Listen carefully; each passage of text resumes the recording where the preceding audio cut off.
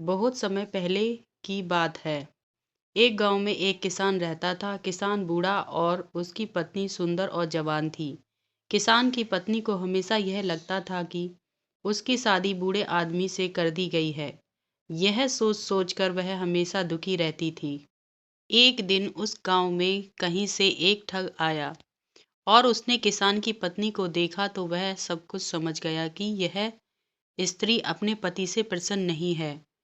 ठग किसान की पत्नी के पास आकर बोला, सुंदरी, तुम बहुत सुंदर हो, मुझे तुमसे प्यार हो गया है और मैं तुम्हारे साथ अपना जीवन बिताना चाहता हूँ। क्या तुम मेरे साथ मेरे घर चलोगी? किसान की पत्नी ठग की बातों में आ गई और अपने पति को छोड़कर उसके साथ जाने के लिए तैयार हो गई। दोनों ने भागने के लिए समय तय कर लिया। ठग ने कहा, तुम्हारा पति तो बूढ़ा हो गया है, वह धन का क्या करेगा? तुम अपने साथ घर में रखा धन और जेवर भी रख लेना, वो भविष्य में हमारे बहुत काम आएगा। स्त्री उस ठग की बातों में पहले ही आ चुकी थी और उसके कहे अनुसार उसने घर में रखा धन और जेवर भी अपने पास रख लिए। और रात्रि में जब उसका पति और पूरा गांव सो रहा था, तब ठग के साथ घर से भाग गई।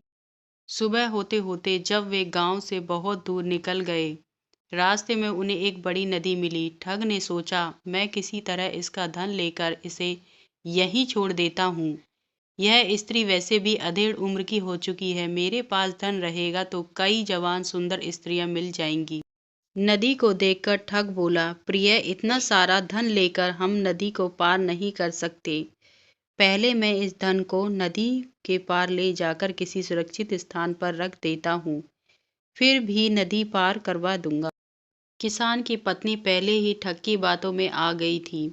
इस बार भी उसने बिना सोचे समझे ठग को धन की गठरी दे दी और वहीं बैठकर उसे आने का इंतजार करने लगी।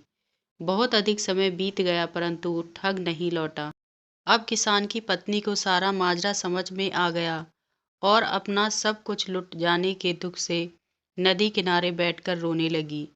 उसी समय एक गिदड़ी मुंह में मांस का टुकड़ा लेकर स्त्री के सामने से गुजरी। गिदड़ी को नदी में एक बड़ी सी मछली दिखाई दी। गिदड़ी ने मछली पकड़ने के लिए उस पर झपटा मारा। मछली उछलकर दूर चली गई और गिदड़ी के मुंह में रखा मांस का टुकड़ा नदी में गिर गया और तेज धार में वह बह गया। यह देखकर किसान की पत्नी गिदड़ी से बोली, अरे, तू तो अपनी मूर्खता के कारण मांस के टुकड़े और मछली दोनों से हाथ धो बैठी। किसान की पत्नी की बात सुनकर गिदड़ी ने जवाब दिया, अरे मूर्ख, तू तो मुझसे भी ज्यादा बेवकूफ है, जो अपने प्रेमी के लिए अपने पति को छोड़कर आ गई और वो तेरी धन दौलत लेकर तुझे छोड़कर चला गया। तू तो घर की रही ना घाट की। शिक्षा।